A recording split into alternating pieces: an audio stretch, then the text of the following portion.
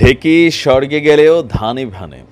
আমাদের বাংলাদেশের চলচ্চিত্র অঙ্গন বলেন, মিডিয়া অঙ্গন বলেন, নাটক পাড়া, তারপর হচ্ছে ফেসবুক সেলিব্রিটি, যেই সরকার ক্ষমতায় থাকে তাদের কাছে সর্বোচ্চ সুযোগ সুবিধা এরা নেয়। প্রশাসন, বিভিন্ন ধরনের ফান্ডিং, তারপর হচ্ছে দেশে বিদেশে ভ্রমণ, মানে যতটুকু সুযোগ সুবিধা থাকার দরকার এটা পুরোটাই নেয়। আবার ওই সরকার যখন সরে যায়, নতুন সরকার আসলে দেখবেন এক একজন এক একভাবে নিজেকে উপস্থাপন করে। কথা বলছি শেখ সেলিমের, কেউ কেউ বলছেন খাট কাঁপাতো, আবার দেখা গেছে যে সাবেক স্বরাষ্ট্রমন্ত্রী আসাদুজ্জামান খানের সাথেও বিশেষ সম্পর্ক ছিল। নিপুণকে নির্বাচনে জায়েদ খানের রেজাল্টটাকে পরিবর্তন করে বিজয় দেওয়ার জন্য যারা ভূমিকা রেখেছিলেন, সেই নিপুণই এখন খালেদা জিয়াকে পটানোর জন্য বা তারেক রহমানের বিশেষ দৃষ্টি আকর্ষণের জন্য একটা পুরানা জিনিসকে নতুন প্যাকেটে আনতে যাচ্ছে। বেগম খালেদা জিয়ার চরিত্রে আপোষহীন, সিনেমাটার নাম কি?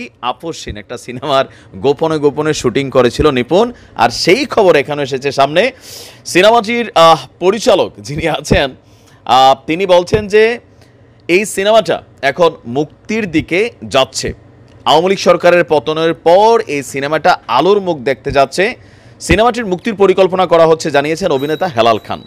এই সিনেমায় জিয়াউর রহমানের চরিত্রে অভিনয় করেছেন তিনি, আর বেগম খালেদা জিয়ার চরিত্রে অভিনয় করেছে নায়িকা নিপুণ। বলছেন যে ম্যাডাম অসুস্থ, এই মুহূর্তে এটা নিয়ে কথা বলা ঠিক হবে না, তিনি সুস্থ হলেই ছবিটি নিয়ে তার সঙ্গে আলোচনা করব, তিনি যে সিদ্ধান্ত নেবেন সেটাই হবে। আর এটার পরিচালক হচ্ছেন গাজী মাজহারুল আনোয়ার, যিনি আছেন তিনি এই ছবিটার পরিচালক। এখন এই তথ্য সামনে আসার পর বিএনপির পক্ষ থেকে এই ধরনের কোনো ধরনের চলচ্চিত্র, বেগম খালেদা জিয়াকে নিয়ে অতিরঞ্জিত এই ধরনের চাটুকার অ্যাক্টিভিটিস, অথবা সরকার বদলালে এই যে একটা খেলা শুরু হয়, এই জিনিসগুলো বন্ধ করার জন্য লিগ্যাল নোটিশ পাঠানো হয়েছে। আর নিপুণের কাছে ফোন করার পর সে আসলে ফোনও ধরে নাই, তলে তলে দেখেন এরা কত কিছু করে। তো বেগম খালেদা জিয়াকে নিয়ে কোনো ধরনের সিনেমা বা ডকুমেন্টারি নির্মাণ করা যাবে না, এমনটাই বিএনপির পক্ষ থেকে বলা হয়েছে।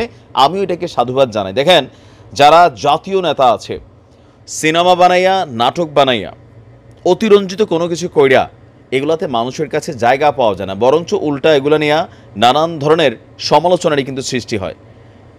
এগুলো হইতে পারে যারা গ্রেটেস্ট লিডার আছেন এই দেশের, তাদের জন্য একটা বা দুইটা হইতে পারে, কিন্তু ক্ষমতা বদলের সাথে সাথে নতুন করে এসে এগুলো তাড়াহুড়া কইরা এগুলো বিএনপি বুঝতে পারছে।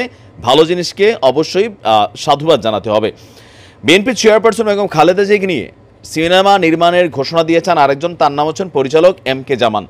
সিনেমাটার নাম দিতে চাচ্ছেন তিনি আবার মাদার অফ ডেমোক্রেসি।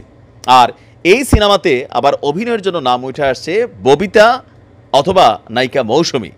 তো এই বিষয়গুলো নিয়ে যেই মানে খেলা শুরু হয়ে গেছে, হ্যাঁ, কে অতি বিএনপি এটা প্রভাবের জন্য বা এগুলা তৈরির জন্য যারা চেষ্টা করছেন, তো তাদের বিরুদ্ধে আপনার মাদার অফ ডেমোক্রেসি সিনেমা বন্ধে লিগ্যাল নোটিশ পাঠিয়েছেন বিএনপির আইন বিষয়ক সম্পাদক ব্যারিস্টার কায়সার কামাল। তিনি বলছেন, জিয়া পরিবারের কেউ এটা জানেন না, কাউকে না জানিয়ে এমন মুভি করা উচিত নয়, তাই এটা যদি বন্ধ করা না হয় তাহলে আইন অনুযায়ী ব্যবস্থা নেওয়া হবে।